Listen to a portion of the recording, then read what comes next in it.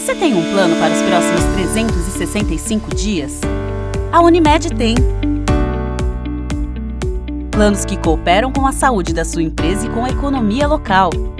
Cuidado completo para você e seus funcionários. Soluções que combinam com o seu negócio. Conecte-se com a gente e transforme sua empresa em um grande negócio. Superar este momento juntos. Esse é o plano. Olá, estamos chegando para mais uma edição do Jornal da TV Erechim. E hoje você confere as principais notícias que foram destaque nessa semana. Comitê Regional da AMAL pauta a adoção da cogestão. Deputado estadual Matheus Vesp visita a TV Erechim e nos concede uma entrevista. Inspetoria do CREA tem novo chefe inspetor. Presidente do Legislativo erechinense, Ana Lúcia Silveira de Oliveira, fala dos projetos e demandas na Câmara de Vereadores. E aberta oficialmente a temporada da uva na nossa região. Recebemos na TV Erechim o deputado estadual Matheus Vesp. O deputado cumpriu a agenda em Erechim, onde realizou diversas visitas e acenou um forte comprometimento com a nossa região. Hoje recebemos aqui no estúdio da TV Erechim o deputado estadual Matheus Vesp. Matheus, que tem forte ligação com a nossa cidade de Erechim. Nas últimas eleições também fez votos aqui na cidade e hoje cumpre a agenda aqui na região. E nós vamos conversar um pouquinho sobre vários assuntos do seu mandato e também assuntos que interessam muito a você, telespectador da TV Erechim, você que paga seus impostos, você que busca uma Erechim muito mais abrangente, tanto na área da segurança quanto na área da saúde. Bem-vindo à TV Erechim. Muito obrigado, Sandra. É uma alegria estar aqui conversando contigo. Também comunicando para a população que nos acompanha que de fato é contribuinte e exige e merece serviço de qualidade aquilo que temos feito para o bem-estar dos gaúchos.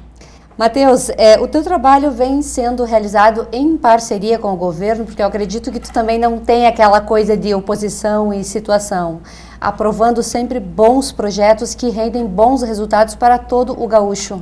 Exato, de fato, eu sou o líder da bancada do PSDB na Assembleia Legislativa do Estado do Rio Grande do Sul, coordeno uma bancada de 4 deputados e sou também o presidente do PSDB no Estado do Rio Grande do Sul. Não é só pelo fato do governo ser do PSDB e do governador Eduardo ser meu correligionário de partido, mas é porque também trabalho intensamente ao lado do governador como líder da bancada na propositura desses projetos que nós temos encaminhado ao parlamento e na discussão com os demais colegas aprovado para o bem da comunidade. Inclusive, muitos desses projetos que foram discutidos e trabalhados por nós antes das eleições de 2018, no momento da pré-campanha, elaborando o plano de governo que depois da vitória, obviamente, se transformou naquilo que nós estamos executando ao longo do governo. Então as pessoas perguntam como é que você aprova tudo o que o governo propõe. Muito simples, porque eu ajudei a construir isso antes mesmo da campanha para poder depois encaminhar isso como alternativa democrática no processo eleitoral para a comunidade. Seria até estranho, tendo trabalhado nisso, como alguém que faz, por exemplo, um bolo, depois de servido, não provar aquilo mesmo que trabalhou para construir. Então é nesse sentido que nós temos trabalhado em inúmeras pautas oportunas, não só para a região do Alto Uruguai, mas para todos os gaúchos. Seja, por exemplo, na realização da maior reforma da Previdência dentre todos os estados da Federação, que fizemos no ano passado, com muitos cortes de gastos, economias, equalizando os gastos com a Previdência e também os gastos com o serviço público. Fizemos uma grande reforma administrativa, alterando formas jurídicas das carreiras dos servidores para também fazermos com que nós possamos ter carreiras mais adequadas à realidade dos novos tempos e também assim possamos dar mais dignidade ao próprio servidor. Até porque com essas reformas nós chegamos a economizar em 2020 600 milhões de reais que possibilitaram colocar o salário dos próprios servidores que estavam há 5 anos em atraso em dia, como também com essas reformas nós conseguimos angariar recursos para manter contratos a fornecedores em dia, imagina só, até mesmo os repasses para os hospitais, para os municípios na área da saúde, se nós estivéssemos agora no meio de uma pandemia com esses valores em atraso, como estava na gestão anterior. Então nós conseguimos fazer tudo isso, colocar em dia, fizemos também uma reforma tributária, que aproveito aqui para dizer, não é majoração de imposto, nem aumento de imposto, é manutenção de imposto, porque o governo fez e aprovou, foi, na verdade, inclusive, uma redução de impostos na pandemia. Nós mantivemos as alíquotas de ICMS nas blue chips, que são as alíquotas que incidem sobre telecomunicações, energia elétrica e combustíveis, mas reduzimos impostos na alíquota modal, que era 18%, veio para 17,5%, então 0,5% de redução em todos os produtos, no plástico, na água, no papel, enfim, em tudo. E também fizemos uma redução de impostos ao acabarmos com o imposto de fronteira. Veja só, Erechim, que é uma cidade quase fronteiriça aqui com Santa Catarina, tem uma proximidade. Antes da reforma tributária, que aprovamos há dias atrás no Parlamento, todas as compras feitas fora do Rio Grande do Sul tinham a incidência, além dos 12% de alíquota, de mais 6% de diferencial de alíquota, que era o chamado imposto de fronteira, DIFA ou DIFAL. Agora, essas compras que são feitas fora do Estado, para produtos que depois vão ser revendidos aqui, são apenas com uma alíquota de 12%, não mais 18%. Então, isso é uma grande margem de lucro para, porventura, aqueles que compram vestuário em outro estado para revender aqui, não pagarão mais 18%, pagarão 12% e em outras áreas também. Qualquer empresa que compre insumos fora do Rio Grande do Sul. E nós diminuímos também as alíquotas internas. Todas as operações de compra no estado do Rio Grande do Sul tinham uma incidência de alíquotas no patamar de 18%. Nós reduzimos para 12%. Com esse aumento de margem de lucro para o empresário, nós teremos aí possibilidade de termos mais emprego, mais renda e acabar com aquele grande problema que muitas pessoas comentavam sempre de empresas saírem do estado do Rio Grande do Sul e irem para outros estados. E é isso que o governo Eduardo tem feito, inclusive hoje fez um vídeo comentando sobre o acerto do fluxo de caixa. Nós conseguimos equalizar um passivo de mais de 30 anos, gerando economia desde o início do nosso governo até agora de 1,8 bilhão de reais, um grande valor, e é com esse ritmo de trabalho, ajustando as nossas contas, que nós vamos poder fazer entregas para a população, inclusive em Erechim. O presídio, que vai ser o primeiro do Brasil a ser feito na modalidade parceria público-privada e que possibilitará, junto com o BNDES, que tem o convênio com o Estado do Rio Grande do Sul para analisar exatamente a modelagem da forma que será licitada posteriormente, para que nós possamos aqui ter esse primeiro presídio, que eu tenho certeza depois será replicado pelo sucesso que será em outras regiões. Mas também outras entregas para Erechim e para a região. Citar, por exemplo, as outras concessões que o Estado tem feito na infraestrutura rodoviária, tão importante para o escoamento da produção agrícola.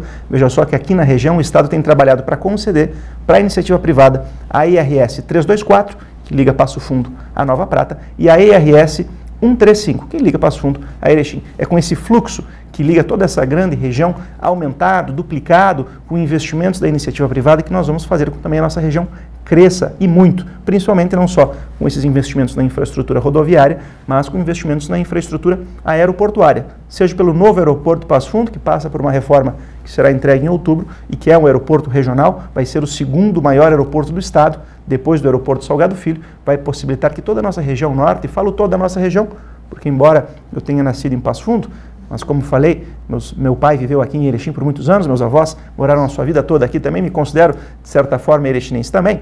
O aeroporto serve como referência para essa grande região norte. E é com esse aeroporto, com novos voos, inclusive de Erechim, com as articulações que nós temos feito, diminuindo combustíveis, o valor do ICMS sobre combustíveis para aeronaves, que possibilitarão novos voos também em Erechim, no aeroporto de Erechim, que nós vamos desenvolver a nossa região. E também não posso deixar, obviamente, de citar outras importantes entregas. O município está trabalhando já na gestão do prefeito Schmidt, trabalhava num novo distrito industrial. Nós estamos trabalhando junto ao governo do estado para que tenhamos a liberação e aprovação do projeto pela Corsan. Foi um pedido também até da atual gestão. Acho que esse diálogo que está acima das divergências político-partidárias é importante e eu, como deputado, quero ajudar a comunidade acima dos partidos, porque afinal nós temos que trabalhar para o cidadão, que é quem paga os seus impostos e espera dos seus agentes políticos entregas e resultados satisfatórios. Nós estamos também trabalhando para que possamos ter uma parceria público-privada na área do saneamento básico. Nós sabemos que aqui na região há uma precariedade na prestação desse serviço e com saneamento básico precário há também um aumento de gastos até mesmo na saúde, porque obviamente com saneamento básico precário a saúde fica precária.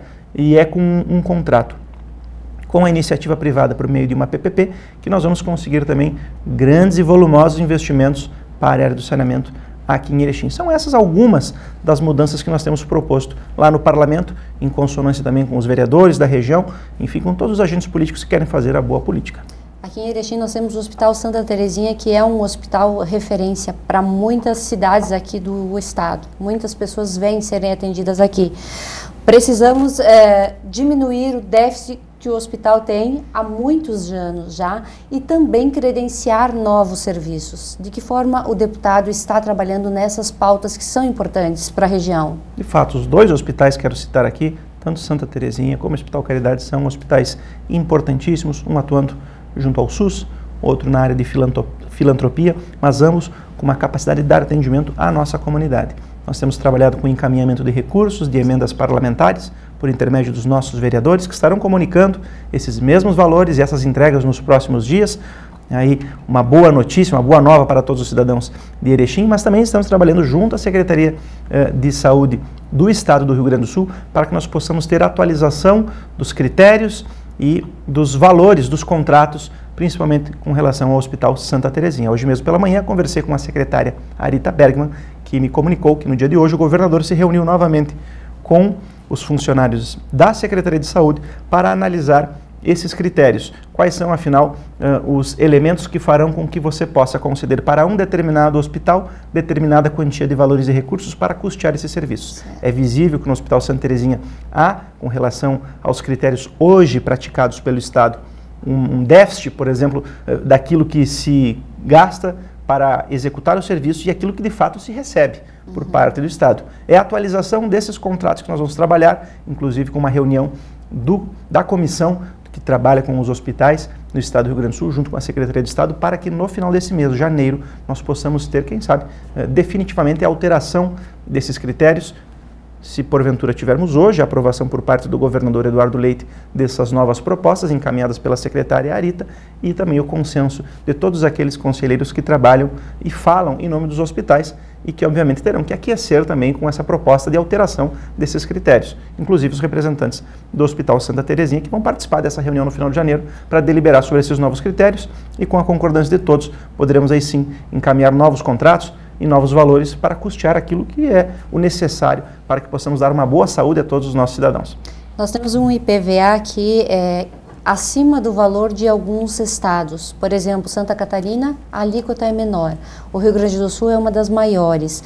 E agora se estuda também a isentar uma frota mais antiga de veículos. Como é que está o andamento dessa situação toda? Importante salientar que o IPVA do estado do Rio Grande do Sul não é um dos maiores do Brasil. Certo. Nós temos até, comparados a outros estados, um IPVA que poderia ser considerado intermediário baixo. Se eu citar o exemplo, por exemplo, do estado de São Paulo, Minas Gerais, Rio de Janeiro, Bahia, são estados que têm um valor de IPVA maior que o do estado do Rio Grande do Sul. Aqui se pratica o valor de 3%. São Paulo, Minas Gerais, alguns estados são 13,5%, outros, em sua maioria, são 4%. Certo. O que nós estávamos propondo em julho, na proposta original da reforma tributária, é que esse valor de 3% fosse aumentado para 13,5%, ou seja, mesmo assim, não seria ainda um dos valores mais altos, porque a maior parte dos estados pratica o valor de 4% de IPVA sobre o valor do veículo. Então é importante essa informação. Eu sei que muitas vezes, no afã de discutir as temáticas, algumas informações ficam cristalizadas, como, por exemplo, aquela que o Rio Grande do Sul tem a maior carga tributária do Brasil. Não é verdade isso também. Se nós compararmos com relação ao PIB, que é o que deve ser feito do ponto de vista econômico, de fato, a nossa carga tributária não é uma das maiores do Brasil. Assim também não é a nossa taxa do IPVA. Importante salientar que nós temos uma grande isenção concedida a metade da nossa frota. Nós temos no estado do Rio Grande do Sul 6 milhões de veículos. 46% desses veículos não pagam tributos. São isentos. Obviamente, para quem não paga, isso pode parecer uma maravilha, enfim, uma mega cena. Fato é, como diz aquele velho ditado, não existe almoço grátis. Se o Estado deixa de arrecadar, porque isenta de pagamento metade da frota, e se o Estado tem um custo para a prestação dos serviços, inclusive, por exemplo, para repassar recursos ao Hospital Santa Terezinha, e se a gente precisa aumentar esses recursos, esse aporte de recursos para que o hospital forneça um serviço maior, o Estado vai ter que tributar em outra ponta. Se ele vai deixar de tributar os veículos, vai ter que tributar mais a energia elétrica, vai ter que tributar mais os combustíveis. Então é isso que a população tem que ter em mente. Se nós pegarmos o estado de Minas Gerais, que tem uma frota de 11 milhões de veículos, nós temos lá 1% da frota isenta, 67 mil veículos. Um número bem pequeno. Aqui é 46%. É isenção para o veículo tipo A, é isenção para o veículo tipo B, é isenção para o veículo tipo C. E cá entre nós, eu não acho nem um pouco justo que o seu João, que daqui a pouco está nos escutando, e que tem porventura uma BMW, ano 98, não pague tributos, sendo que a FIP daqui a pouco desse veículo custa, estou imaginando aqui, 30 mil reais, para que a dona Maria, que não tem veículo e consome energia elétrica, pague mais energia elétrica, só porque o seu João, que também consome energia elétrica, não tem o seu veículo tributado. até porque daqui a pouco a Dona Maria não tem veículo, mas um primo da Dona Maria tem um Fiat Uno ano 2020 com o valor da FIPE idêntico ao da BMW 98. E esse Fiat Uno que usa as estradas e que tem o mesmo valor da FIPE, paga IPVA, ao passo que aquela relíquia, aquela antiguidade, aquele valor de luxo, aquele bem, não paga. Essas discrepâncias e distorções no estado do Rio Grande do Sul têm que acabar, é uma questão de justiça social. Até porque se o seu João tem condições de pagar um pouquinho mais de IPVA, como tantas pessoas que daqui a pouco podem pagar nos seus veículos, não só pela questão do tempo, porque tem muitos veículos que têm isenção e que poderiam pagar um pouquinho de tributo. Nós vamos conseguir reduzir o ICMS da energia elétrica, o ICMS dos combustíveis, o ICMS da alíquota modal. Nós vamos conseguir fornecer para a sociedade mais recursos, que é exatamente para atender tantas demandas como, por exemplo, do Hospital Santa Terezinha. Matheus, hoje você esteve visitando vários segmentos aqui em Erechim. Eu gostaria que tu falasse para nós e para o nosso telespectador como foi essa visita e quão produtiva ela foi tanto para nós quanto para vocês. Foi ótimo, conversei com muitas lideranças, visitei vereadores, visitei o próprio prefeito eleito, visitei entidades empresariais, visitei também lideranças da sociedade civil, moradores, inclusive fiz uma visita também ao Hospital Caridade. Fui em diversos locais exatamente para um contato direto com a diversidade da sociedade erechinense, conhecer todos os campos e necessidades do município para poder ajudar de fato. Somente conhecendo a realidade é que nós vamos conseguir dar encaminhamento definitivo para determinados problemas. Fui muito bem recebido por todos. Me senti aqui tão bem recebido como sempre me senti nas minhas férias, quando depois do findar do período escolar, eu vim aqui para Erechim ficar entre 40 e 60 dias na casa dos meus avós, que moraram sua vida toda aqui, e também, naquele momento, me sentia sempre muito bem recebido, quase que em casa, na cidade de Erechim. E agora não foi diferente, porque esse povo é um povo hospitaleiro, uma terra muito querida, que tem uma capacidade de produzir resultados e crescimento econômico para todo o norte gaúcho. Tenho certeza que nós temos aqui um grande potencial industrial, e exemplo disso são as grandes empresas que orgulham não só os gaúchos, mas todos os brasileiros. E como deputado fico feliz de poder trabalhar por essa região e fazer as entregas necessárias para a comunidade. Acho que não é o fato de não ter nascido aqui que não me coloque como representante da cidade, pelo contrário, me faz até ser mais responsável ainda pela cidade que eu tenho tanto carinho, e por isso que tenho me dedicado, juntamente também com os parlamentares que trabalham conosco no município e na região, para que nós possamos ter cada vez mais entregas. É por isso que percorro muito os municípios do estado para conseguir transformar essas expectativas, esses sonhos em realidade. E acho que temos conseguido fazer um pouquinho disso, dando encaminhamentos a essas pautas, como citei há pouco, e por isso que eu agradeço também, Sandra, a oportunidade de conversar contigo, conversar com a nossa comunidade e colocar o nosso mandato à disposição de todos aqueles que gostam da política, sabem da importância de termos bons atores políticos para fazer esse eficiente diálogo entre as expectativas da comunidade e os resultados que fazem com que a gente olhe para trás, quando participa do pleito democrático, e perceba que a política vale a pena. Isso aí, a gente também agradece ao vereador Wallace Soares, tão jovem, mas já se destacando de uma forma tão importante no cenário político aqui da nossa cidade e nos oportunizando hoje essa entrevista com você. Então, muito obrigada, Wallace, e muito obrigada, Matheus, também por estar aqui. Obrigado, Sandra. Eu quero mandar um abraço especial ao Wallace Soares. É um grande parceiro, o vereador mais jovem do nosso parlamento, uma grande liderança, tem um futuro brilhante. Não tenho dúvidas, assim como ele me ajudou a me tornar deputado em 2018, me auxiliando muito na campanha, que futuramente terei muito orgulho também de ajudar ele, quem sabe, a se tornar deputado estadual aqui por Erechim, representando a nossa comunidade. Isso aí. Obrigada. Obrigado. E o Comitê Regional de Atenção ao Coronavírus da MAU realizou reunião extraordinária na última segunda-feira, dia 11, para avaliar e apreciar os indicadores para a adoção ou não da cogestão, face à indicação de bandeira vermelha para a região R16, por parte do Sistema de Distanciamento Controlado do Rio Grande do Sul. Nós recebemos o membro do comitê, Jackson Arpini, para explicar como vai funcionar durante esta semana. Lembrando a todos que esta adoção à cogestão vai até o dia 18 de janeiro. Na 36ª rodada de avaliação, Erechim é classificada novamente na bandeira vermelha, mas com a possibilidade de entrarmos no sistema de cogestão. Para entender como vai funcionar, nós convidamos o membro do Comitê da MAU, Jackson Arpini, para falar e explicar, para que todos nós tenhamos a informação de forma correta. Jackson, estamos novamente na bandeira vermelha, mas agora com um novo cenário se apresentando. Boa noite aos telespectadores da TV Erechim, uma saudação especial à minha amiga Sandra, e muito bem colocado. Houve uma deliberação por parte do Governo do Estado de bandeira vermelha, o que significa alto risco para a nossa região. É importante colocar que a nossa expectativa, pelos nossos indicadores oriundos da plataforma regional de monitoramento, era de uma bandeira laranja médio risco. Mas nós temos que acatar aquilo que é deliberado por parte do Sistema de Distanciamento Controlado do Estado do Rio Grande do Sul. Para que os telespectadores tenham compreensão da matéria, o Estado implementou esse sistema, essa metodologia de trabalho que observa o Estado do Rio Grande do Sul através de 7 macro-regiões e 21 regiões.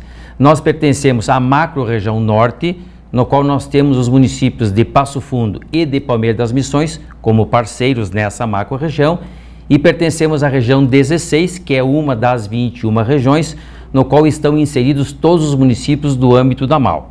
Então houve a deliberação para a nossa região e para grande parte do estado de bandeira vermelha, o que significa alto risco de contágio para a epidemia do novo coronavírus.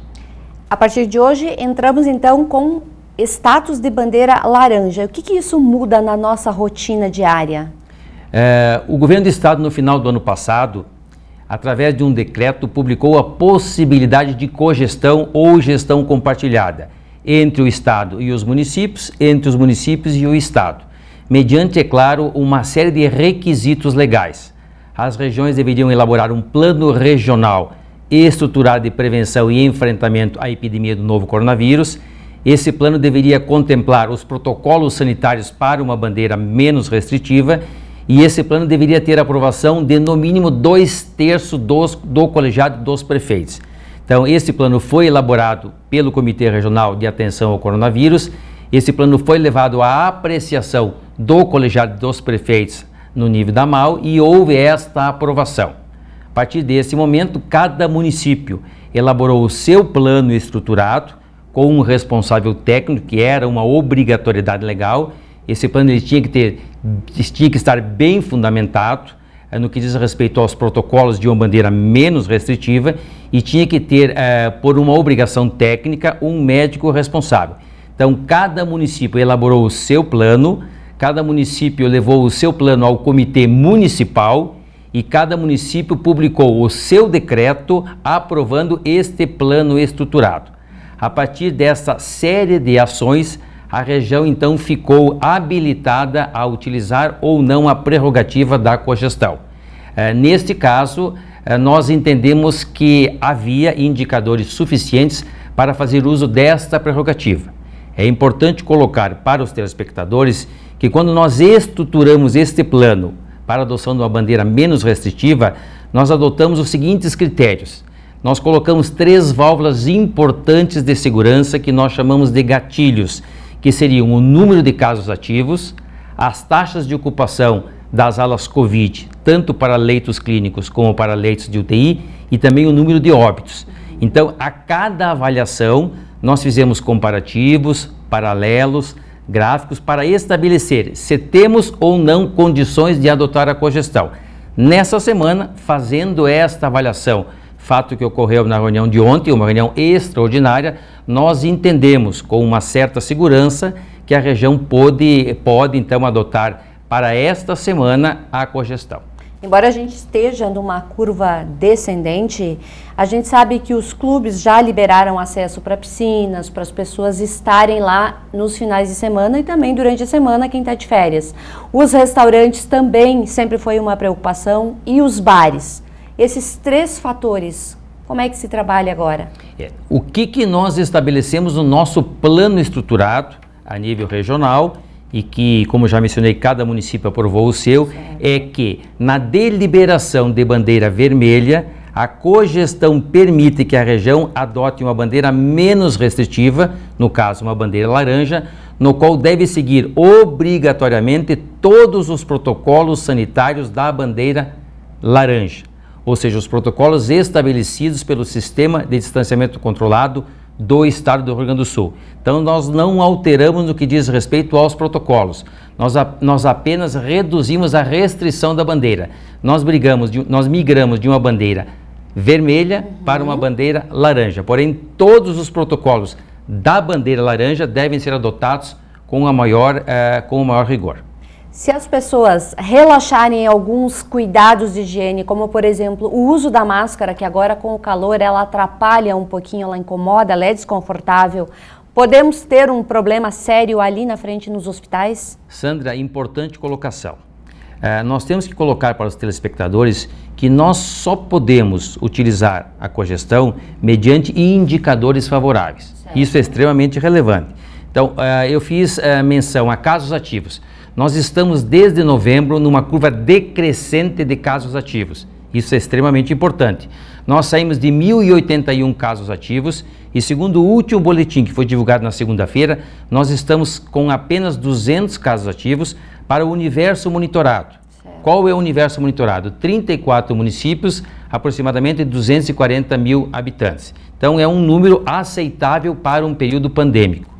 Nós conseguimos reduzir as taxas de ocupação das alas Covid.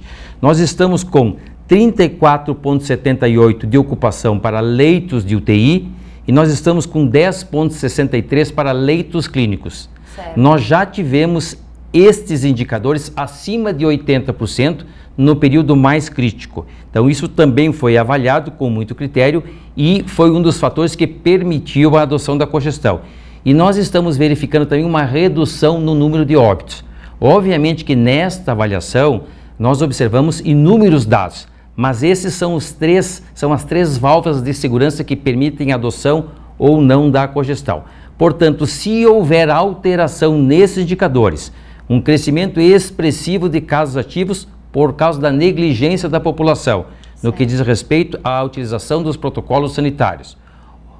Consequentemente, isso leva a uma elevação das taxas de ocupação, ou seja, as pessoas necessitam de internação em hospitais. Então, vai elevar as taxas de ocupação. E como indicador tardio, começa a surgir novamente óbitos. Se isso, porventura, acontecer, nós temos que deixar bem claro para a população que não há indicadores, não há dados, não há subsídios que permitam, num futuro, adotar a cogestão. Tanto é verdadeiro que no momento mais crítico, quando nós recebemos a deliberação de bandeira vermelha, nós fizemos essa avaliação, analisamos os nossos gráficos, os nossos números e não houve naquele momento a possibilidade da adoção da cogestão. Agora nós estamos vivendo um momento mais positivo e não podemos perder aquilo que conquistamos. Portanto, fica aqui mais uma vez o chamamento, eu diria um apelo, para que as pessoas continuem adotando todos os protocolos preconizados, especialmente no que diz respeito à utilização da máscara de proteção individual e evitar a aglomeração de pessoas.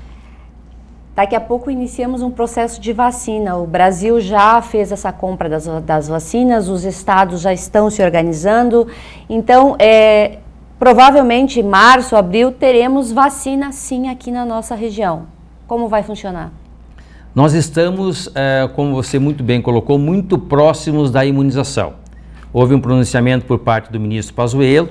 O Brasil já adquiriu 354 milhões de doses que serão distribuídas para todos os estados e, por sua vez, os estados distribuirão para os municípios. O Brasil vai se valer praticamente de duas vacinas, da AstraZeneca, que é uma parceria da Oxford com a Fiocruz, e da Coronavac, que é uma parceria da Sinovac com o Butantan. Essas doses foram adquiridas, existe essa reserva de mercado, porém, ambas as vacinas ainda dependem de aprovação emergencial da Anvisa. Segundo o ministro, quando ocorrer esta aprovação, provavelmente nos próximos dias, esses insumos serão repassados para os estados simultaneamente e os estados, por sua vez, repassarão aos municípios. Já está ocorrendo uma logística no que diz respeito também à aquisição das seringas e das agulhas para que todo o processo ocorra a nível nacional. Havia uma grande dúvida de quem iria coordenar este processo de imunização. Pelos últimos relatos do Ministério da Saúde, o ministro Pazuello assumiu esta coordenação. Isso ficou sob a responsabilidade do Ministério da Saúde, que vai coordenar o processo e não será uma campanha nacional de imunização contra a Covid. Claro que é importante colocar para as pessoas que num primeiro momento serão imunizados grupos prioritários, Então, nem toda a população receberá a imunização, até porque não tem quantitativo suficiente para abastecer o país e para abastecer o planeta. Então, neste período em que nós estamos muito ansiosos e que tem uma expectativa muito grande para a imunização, é importante que a população continue adotando as medidas preconizadas. Não é porque estamos muito próximos da imunização que nós vencemos a batalha contra o coronavírus ou que nós vencemos a pandemia.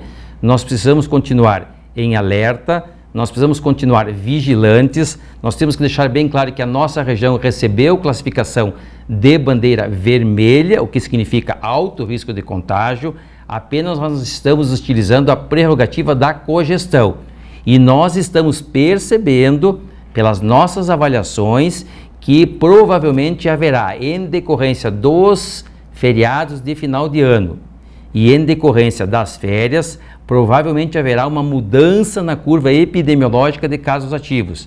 Provavelmente nos próximos boletins regionais já haverá uma mudança de curva decrescente para uma curva ascendente. Então o momento ele é importante, nós estamos muito próximos da imunização, mas precisamos, como já mencionei, continuar vigilante no que diz respeito à adoção de todas as medidas que estão sendo preconizadas. Inclusive a OMS, a Organização Mundial de Saúde, já alerta que mesmo tendo a vacina, não vamos conseguir imunizar toda a população brasileira e nem mundial. Por isso precisamos manter esses hábitos, porque o vírus vai permanecer e a gente vai ter que se adaptar a conviver com esse vírus. Nós vamos ter em 2021 um ano atípico, porque será o ano da imunização. Certo. Porém, no que diz respeito à epidemia do novo coronavírus e algumas práticas, elas vão persistir durante o ano de 2021. No que diz respeito à utilização dos protocolos, a higienização das mãos, a utilização do álcool gel, a utilização da máscara e a utilização ou evitar a aglomeração, elas vão continuar latentes, elas vão continuar vigentes, porque você mencionou com muita propriedade, nós vamos imunizar parte da população. A campanha prevê um período de 16 meses, isso significa dizer que ele vai se arrastar até 2022. Então, neste período, mesmo em que haja imunização de parte da população, nós temos que entender que não estamos imunizando toda a população. E se nós não estamos imunizando toda a população, ainda haverá pessoas susceptíveis a contraírem o novo coronavírus. Tu falaste em grupos prioritários. A gente sabe que cada cidade ela tem uma características. Algumas pessoas de mais idade acabaram falecendo, outras pessoas de meia idade, lá pelos 50 anos, acabaram falecendo, outros profissionais de saúde. Como é que vai funcionar isso para que sejam imunizadas as pessoas certas e realmente precisam? Na realidade, o Ministério da Saúde tem um banco de dados, né? Se vale muito de informações do IBGE e, num primeiro momento, conforme relatado pelo Ministério, será imunizado o grupo prioritário número 1, que compreende os profissionais de saúde, porque estão na linha de frente do enfrentamento da pandemia, e os idosos acima de 75 anos e também a população indígena, ribeirinha e quilombola. Então, esses estão inseridos no primeiro grupo. Depois nós teremos outros grupos prioritários, que são os idosos acima de 60 anos, os pacientes portadores de comorbidades que também têm uma certa facilidade para contraírem ou têm um agravamento do quadro clínico quando contraem a Covid.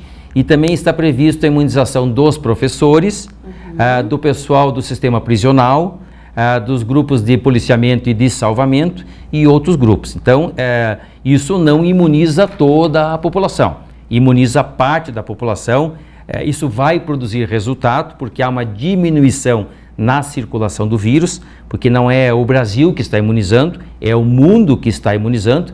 Neste momento, a Europa possui 27 países, todos os países estão realizando a imunização, então isso vai propiciar uma diminuição na circulação do vírus.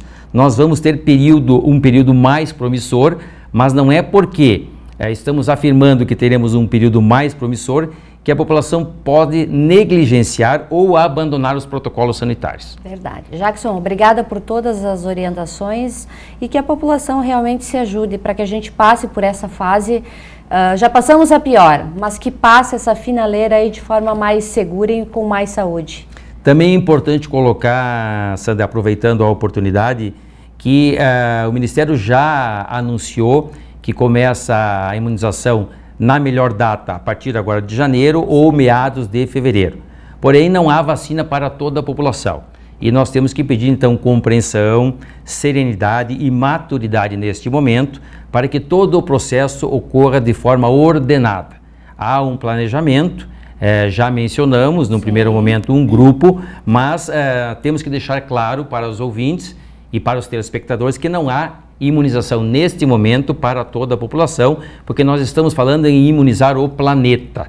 Existem 6 ou 7 vacinas no mercado, 2 serão utilizadas no país. O país está estabelecendo a negociação com outros laboratórios e nós acreditamos que no decorrer do ano outras vacinas estarão disponíveis, o que talvez nos possibilite um cenário muito mais promissor a partir da metade do ano.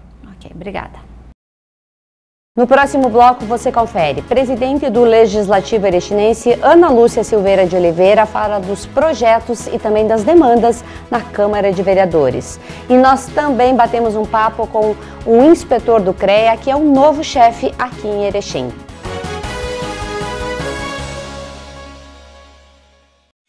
Você tem um plano para os próximos 365 dias? A Unimed tem. Planos que cooperam com a saúde da sua empresa e com a economia local. Cuidado completo para você e seus funcionários. Soluções que combinam com o seu negócio. Conecte-se com a gente e transforme sua empresa em um grande negócio. Superar este momento juntos. Esse é o plano. O Master sempre tem muita oferta. E o cliente Master Mais Vantagens economiza ainda mais. Faça já o seu cadastro e aproveite! Tá no Master, tá em casa! Sabia que agora com o Sicredi você pode pagar suas compras também com o Pix? Quer ver? Abre o app, escolhe o QR Code, digite o CPF, e-mail ou celular. No Pix é muito fácil, vem experimentar. A escolha é sua, a escolha é sempre sua, é sua, a escolha é sempre sua. Vai pagar? Conte com a liberdade de escolha do Sicredi e pague como e onde quiser. A escolha é sempre sua. Cercado de boas uvas e um aroma inigualável, foi marcada a abertura da comercialização das uvas e seus derivados na tarde da última quarta-feira. Acompanhe como foi. Na tarde de quarta-feira, aconteceu oficialmente a abertura da safra da uva em Erechim. Estiveram presentes autoridades e produtores que destacam a qualidade da nossa uva e a possibilidade de oferecer ao consumidor excelentes uvas e uma safra inigualável. O secretário de Agricultura destacou os horários de comercialização e a importância deste evento para os agricultores. Serão 22 produtores, sendo produtores de uva, vinho, produtores da agricultura familiar, de benefícios, embutidos e flores. Essa feira, infelizmente, não vai ser uma festa, é uma comercialização apenas, mas nós, enquanto Secretaria da Agricultura, a gente tem que dar as condições para o produtor viver e vender. O porquê disso? Os produtores trabalham o ano inteiro para chegar a esse momento. Infelizmente não teremos a festa com todo o glamour que sempre se teve, mas a comercialização esse governo não poderia deixar de executar. Serão comercializados no pavilhão multiuso, ao lado da feira do produtor, nos domingos subsequentes, e será um prazer enorme encontrar todos vocês na comercialização da uva. Os horários serão das 14 horas às 19 horas. A abertura aconteceu na propriedade do agricultor Luciano Boss e Luciana Barbosa dos Santos. Em entrevista, a produtora destacou os tipos de uvas que são produzidos em sua propriedade e a expectativa da colheita. Nós temos a Isabel, tem a Niágara Rosa, tem a Niágara Branca, temos a Polaca e temos um pouco da Itália e da Benitaca. Na verdade, devido à seca um pouco, esse ano atrapalhou bastantinho, né? Então, mas eu acredito que a expectativa é boa, vai uma quantidade boa de uva. Eu, na verdade, estou aqui fazem 4 anos, casei com o Luciano depois fazem 4 anos, mas é 16 anos já que o Luciano trabalha com isso. É gratificante, né? Faz bem para todo mundo, eu acho. Venham nos visitar, nós temos a tenda ali em cima na BR-480, na saída para Barão do Cotegipe. Estamos de portas abertas para quem precisar. A Emater, sempre presente e apoiando os agricultores, é uma forte incentivadora ao cultivo de uvas e também de outros produtos oriundos da agricultura. O coordenador de turismo da Emater destaca o número de viticultores em Erechim e destaca o desenvolvimento econômico através da comercialização das uvas. Bem, nós temos um universo de 80 produtores de uvas, mas eu estou falando no geral, né? Quem tem paralelo em casa? Então esse é o universo. Mas produtores que realmente trabalham com atividade econômica na parte da viticultura, em torno de 42 produtores. Esse é o universo que a gente tem. Nós temos uma oportunidade, né, para essas famílias, né, uma oportunidade econômica. Né? Então eu vejo na pequena propriedade a viticultura como uma oportunidade única nessa parte da fruticultura, porque em pequenas áreas você consegue ter grandes rendimentos, não só na parte da produção, mas também na parte econômica. Então a uva, com certeza, qualquer agricultor que queira investir mais na uva, ele vai ter um retorno muito positivo. Bem, nós temos um programa dentro da Emater estadual, nós temos um programa que ele faz com que o agricultor ele tenha acesso a políticas públicas, que ele tenha uma alta informação, tecnologia de ponta. Então nós assessoramos desde o solo até a compra de mudas, inovações, por exemplo, nós podemos ter um plantio convencional, mas podemos ter um plantio em área de estufas, por exemplo, né? Então e até na área de comercialização. Então nós estamos sempre ali ao lado do agricultor, né, para que ele tenha informações e que ele possa ter uma atividade vitícola, mas com resultados positivos, especialmente resultados econômicos, né? E aí, claro, a gente permeia muito nessa parte da qualidade da uva, né? Porque o mercado hoje cada vez mais exige uma uva melhor. Então nós procuramos com que ele produza uvas, mas que ele produza uvas de qualidade. A expectativa é maravilhosa, né? Assim, nós tivemos um período de seca lá atrás, né, que a gente estava um pouco temeroso. Mas a qualidade das uvas esse ano está fantástica. Até vocês podem observar depois, se vocês puderem ir até o paralelo ao lado. Então a expectativa é maravilhosa, uvas de excelente qualidade. Essa é uma safra que vai deixar marcas para os vinhos. Os vinhos da safra 2021, eles têm que ser anotados. Então uma safra espetacular, maravilhosa. E para os consumidores que costumam degustar uvas, vão ter uma surpresa muito agradável. Bem, o objetivo desse evento, dessa abertura da safra, é para que a gente realmente comece a despertar que existe uma uva em Erechim, na região, e que os agricultores eles têm um lugar, que os consumidores eles têm um espaço para buscar essas uvas, que vai ser ao lado da Feira do Produtor. Então, todos os domingos, até o dia 14 e 15 de fevereiro, né, nós estaremos ao lado da Feira do Produtor, oferecendo uvas tenras, uvas fresquinhas, colhidas de manhã, para ser adquiridas à tarde e para ser degustadas. E mais, é um momento para que o agricultor ele tenha um contato com o consumidor, seja na parte do consumidor mais simples, mas aquele que quer fazer um vinho artesanal, quer fazer um suco de uva, né, doces, enfim. Então é um momento, claro, que essa comercialização ela engloba não só as uvas, mas temos as agroindústrias, os embutidos, os panifícios, os queijos, os vinhos, os sucos, né, e outras frutas que tem aí também. Nós temos flores, o artesanato. Então é um momento diferenciado para que a população tenha o acesso mais fácil, né, para os produtos produzidos em Erechim, mas que também ele tenha, que o agricultor ele possa também ganhar mais, tirando o atravessador. Então nós temos um ganho maior para o agricultor. O prefeito de Erechim, o senhor Paulo Alfredo Polis, falou do retorno desta festa tão próspera que oportuniza o desenvolvimento rural através do turismo local. Olha, são duas coisas que andam em paralelo. Eu acho que é importante, primeiro, retornar já a comercialização da uva depois do ano de 2020, que foi muito complexo, foi muito assim, turbulento e não podia ser diferente. Agora nós voltar à comercialização já é o primeiro passo.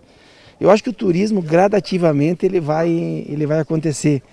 E a nossa região é rica em pequenas propriedades rurais, que tem, além da uva, como está acontecendo aqui, que é um belo do exemplo, tem inúmeros locais de gastronomia, por exemplo, que é extraordinário.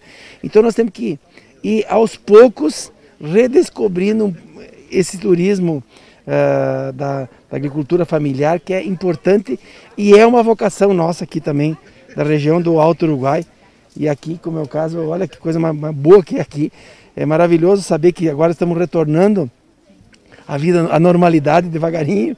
A vacina está chegando, as pessoas também estão prontas para produzir, para comercializar e para voltar à vida normal.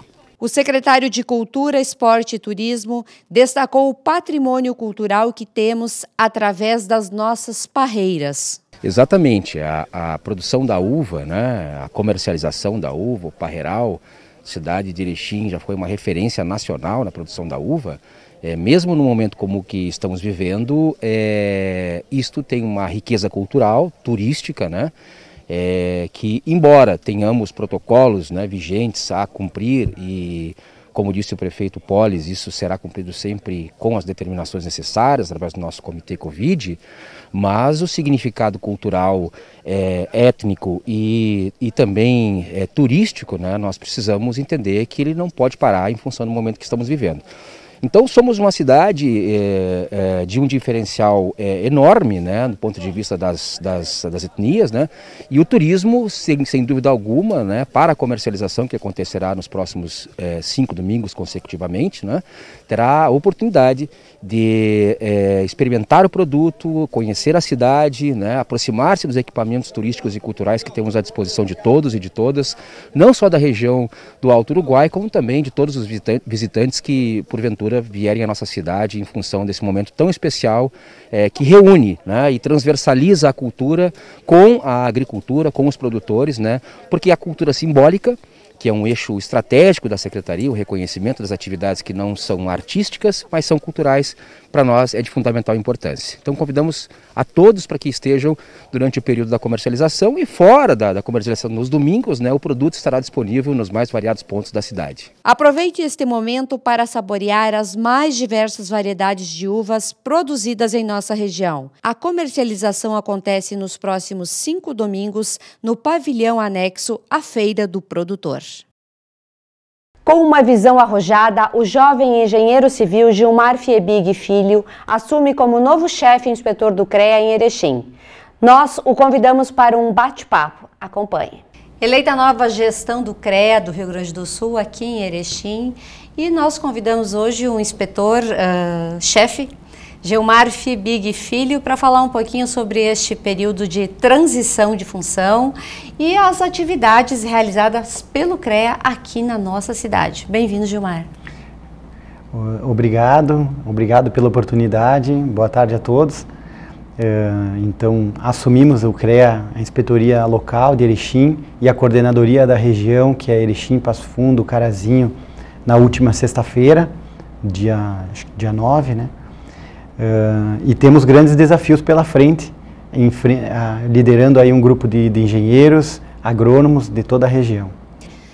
O trabalho desenvolvido por vocês é bastante amplo, porém, muitas vezes ele não tem tanta visibilidade. Fale um pouquinho do trabalho que o CREA desenvolve e a importância que ele tem aqui para o desenvolvimento da nossa cidade e também aqui das outras cidades que compõem. Antes de mais nada, o que é o CREA? O CREA é o Conselho Regional de Engenharia e Arquitetura. Dentro do CREA estão basicamente os profissionais de engenharia, todos os tipos de engenharia e agronomia. Antigamente os arquitetos também pertenciam ao CREA, eles há um tempo atrás acabaram se desfiliando e abriram uma entidade própria. Qual o objetivo do CREA em si? É você fazer uma ligação do profissional liberal, local, com a entidade estadual e federal. Em busca do quê? Em busca da valorização profissional, do respeito às atribuições, à técnica, ao respeito à legislação vigente, tanto de governantes quanto a valores a serem cobrados, etc. O que mais? O CREA também ele age na fiscalização do exercício profissional de cada um com relação a excessos, eventuais falhas que possam vir a ocorrer, Então ele também age na fiscalização. O CREA participa de diversas entidades locais, conselhos municipais, órgãos em geral. Ele responde perante o judiciário por qualquer ato ou infração que venha a ocorrer de algum profissional na região. Certo. E ele tem um papel muito importante com universidades, faculdades, nessa transição do estudante com o profissional, então com a responsabilidade de ser um profissional, né? O peso da assinatura de um engenheiro é muito grande e é aí que entra a inspetoria para auxiliar o profissional nessa tomada de decisão. O grupo que vai estar à frente do CREA é você e mais 2 pessoas? Isso. A nossa chapa é composta por mim, então fui eleito o inspetor-chefe, mais o Glênio Teixeira, que é o engenheiro ambiental, que será o inspetor secretário, e o Glênio Rigoni, que é engenheiro eletricista, professor da URI, que será o engenheiro inspetor tesoureiro. Gilmar, você trabalha já com construção civil há um bom tempo, já é um ramo que vem da sua família trabalhar dentro dessa área. A engenharia, ela tomou proporções enormes nos últimos anos, a evolução que ela teve facilitou muito as nossas vidas. Hoje os projetos, eles são muito mais arrojados, porém exigem muito mais conhecimento e técnica. Por exemplo, na construção de um prédio com poucos pilares. Isso. Na verdade, assim, a construção ela tem se modernizado muito nos últimos anos, muito em decorrência dos programas federais de habitação que tiveram. Houve normas, criação de novas normas de desempenho, de qualidade, normas inclusive que entraram em vigor em 2017, normas muito novas e que elas vão atacar muito fortemente a construção de novos edifícios, que devem ser enquadradas nessas normas de desempenho e etc. O profissional que assina um projeto, por incrível que pareça, muitos deles nem conhecem a norma de desempenho ou pouco sabem. E a responsabilidade é gigantesca desse profissional no momento que ele assina. Você imagina que ele está assinando que tem que garantir uma qualidade térmica, qualidade acústica, que até poucos anos não se tinha isso. Certo. Né? Um exemplo trivial seria, por exemplo, um salto de uma mulher caminhando em casa. Até pouco tempo era meio que comum em edificações ter isso. Hoje em dia isso não pode. Então, a legislação ela é muito rigorosa. Nós trouxemos aqui por exemplo, um exemplo na nossa sociedade de engenharia local, uma das autoras da norma de desempenho. E olha que dado curioso que eu vou te colocar. 90% dos acessos à norma foram de advogados, não de engenheiros, que compraram a norma. Então, você imagina a responsabilidade que o engenheiro tem e como isso já está gerando um nicho de mercado para outras classes, né? É verdade. Mas enfim, então é isso. Outra questão importante da engenharia é o seguinte, e isso a nossa gestão vai tentar trabalhar bastante com a prefeitura municipal. Já tivemos algumas conversas, inclusive, sobre o assunto, é a responsabilização do profissional. Recentemente houve uma revisão do plano diretor aqui em Erechim. Nessa revisão, você teve uma responsabilização maior do profissional que assina as obras. Qualquer tipo de obra, desde prédio, que nem que tu colocou, loteamento, casas e etc. Em prol do quê? Em prol de você ter mais celeridade na análise de projetos. Então, a partir do momento que um profissional assina, você não vai ter muitas conferências nesse projeto. Ele já é um profissional, ele já está assinando. O CREA, ele busca de fato essa valorização profissional, porque a nossa legislação antiga aqui, ela vinculava a muitas conferências e burocracias. Porém, essa é uma faca de 2 gumes, porque a partir do momento que você também não tem conferência, a tua responsabilidade aumenta. E aí que a atuação do CREA vai ter que ser trabalhada e ajustada junto com a prefeitura para evitar, de repente, algum excesso, né, algum... O profissional que, de repente, assine uma obra que dê problema, o CREA vai fiscalizar essa obra, o profissional é multado, ele tem alguma penalidade? Claro, na verdade, assim, o CREA ele pode fiscalizar uma obra a qualquer momento, mas de praxe, não é dessa forma que é feito, né? O CREA basicamente fiscaliza se há responsáveis técnicos na obra. Ele pode fazer multas, infrações a profissionais? Ele pode, mas isso está vinculado a excessos, a quando se judicializa questões, a algo que se torna em proporções maiores. O objetivo principal é orientar e assessorar o técnico, né? Às vezes acontece algum tipo, acontece, e aí o conselho é chamado, inclusive judicialmente, se necessário, para prestar algum esclarecimento para os juízos, se convir, né? A gente está vivendo agora um período de pandemia e muitas das atividades que gostaríamos de estar fazendo estão restritas. Mas mesmo assim, o CREA pretende trocar informações, conversar com os engenheiros de uma forma online, estar em contato com essa classe? Assim, o que eu posso te falar com relação à pandemia e CREA? A indústria da construção civil, ela foi pouco afetada com a pandemia, se você observar. Porque cresceu bastante, inclusive, né? Ela, ao contrário, ela cresceu bastante e as restrições, por ser canteiros abertos, né, obras normalmente espaçadas, ela não teve muitas interrupções. Então, assim, as obras em geral, elas estão acontecendo. A eleição do CREA foi online. A eleição online. E a posse também foi online. O CREA possui um escritório para atendimento de demandas que necessariamente elas precisam ser presenciais. Algumas demandas podem ser online? Podem, mas normalmente você tem essa aproximação, ela é mais no corpo a corpo e com as medidas de segurança cabíveis. Então, assim, o que eu posso te falar com relação CREA Covid? Eu acredito que não vai influenciar a atuação do CREA essa situação de pandemia, até porque nós estamos já encaminhando para um final, em vias de vacina, e em pouco tempo eu acredito que vai estar resolvido. Se você observar as construções em geral no país, elas aumentaram muito no último ano de pandemia. A construção civil cresceu muito nesse ano de pandemia, então o CREA entra sempre como como é que se diz, um filtro ali entre os cristais, né? Sim. E falando em construção civil, já que essa é a tua área de atuação, com a pandemia houve uma demanda muito maior. As pessoas até mudaram de apartamentos, foram para casas, enfim, uma série de situações que levou as pessoas a construírem.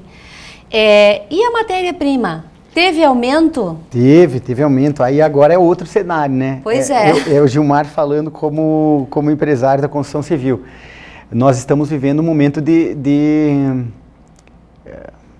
um momento diferente, né? Totalmente. A palavra é diferente.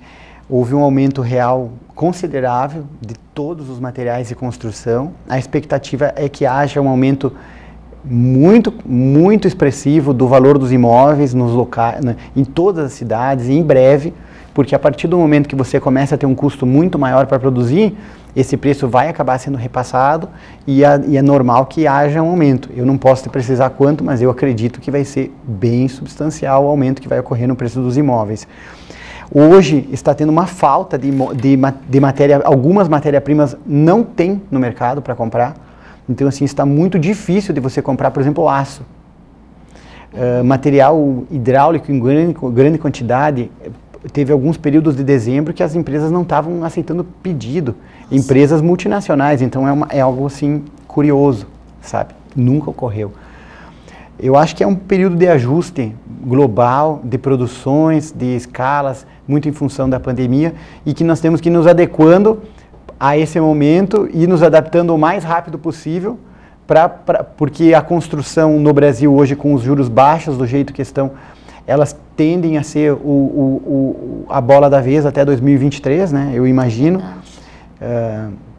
Você ter o dinheiro parado no banco hoje é uma rentabilidade quase nula, então o governo está estimulando que o dinheiro seja investido, colocado no mercado, e a construção civil ela tende a ser o carro-chefe que vai acabar puxando esse investimento, né?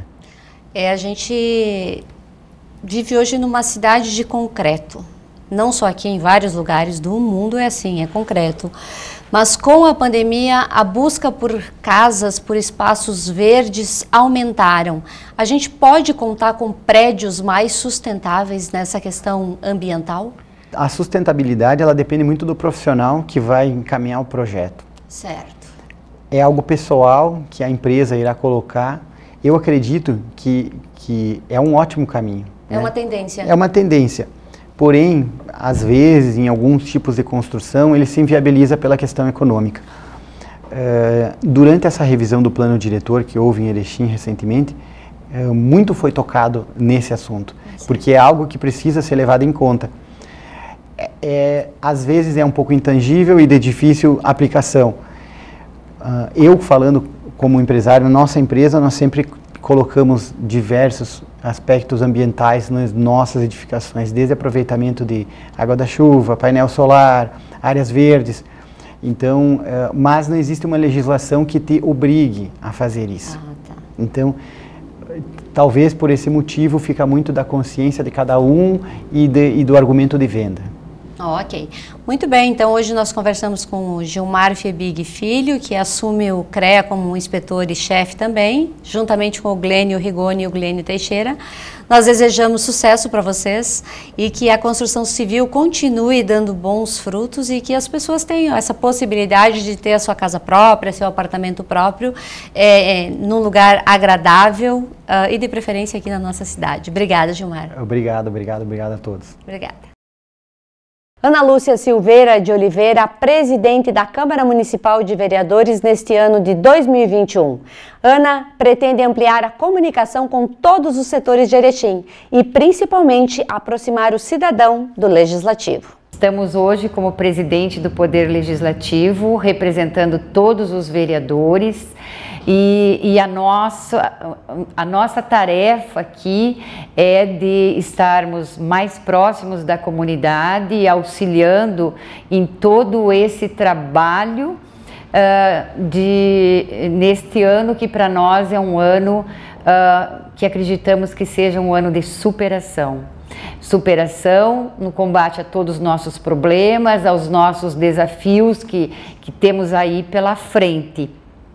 Então, o Poder Legislativo está implementando alguns projetos, algumas ações que a gente espera, sim, que tenha o entendimento da população, pois já está tendo o entendimento dos nossos vereadores, que é a gente estar mais próximo da sociedade para a gente conseguir dialogar e ter muita transparência no trabalho que aqui nós vamos desenvolver.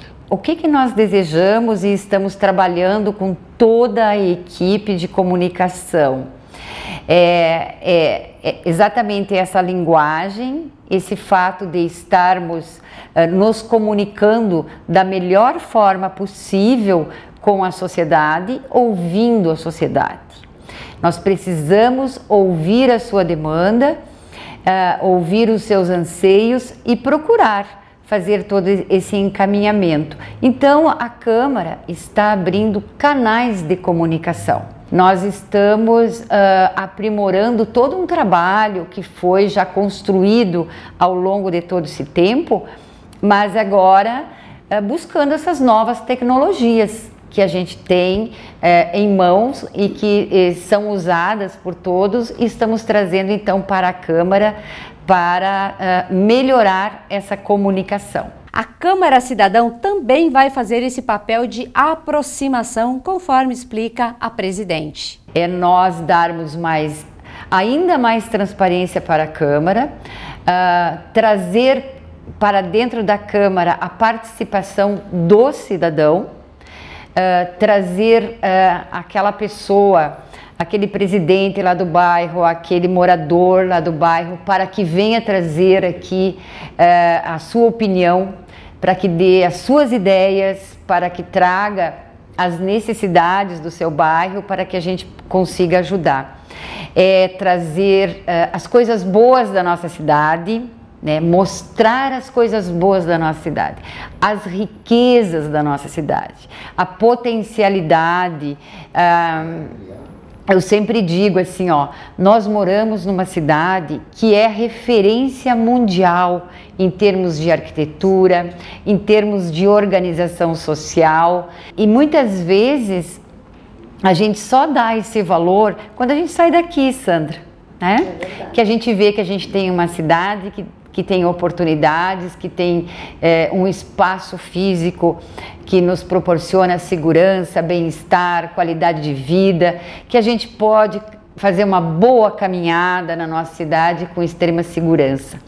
Então é isso que a gente quer mostrar que aqui nós temos condições sim de desenvolver esse trabalho junto com vocês, mostrando a cidade bonita que a gente tem. Trazer a possibilidade de fazer a formação do servidor e de pessoas que busquem oportunidades também, desenvolvendo parcerias com as nossas instituições educacionais, que eu acho importante fazer esse link.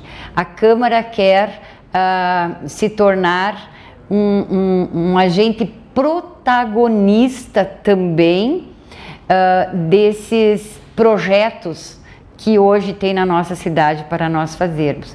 Então a Câmara Cidadã é isso, é a participação do cidadão, é a participação do vereador, do nosso servidor para melhorar ainda mais o nosso espaço, o nosso ambiente. Eu acho que restabelecer o diálogo com a sociedade, demonstrando que a Câmara está aberta e que quer ter essa comunicação é fundamental. Fundamental para que a gente consiga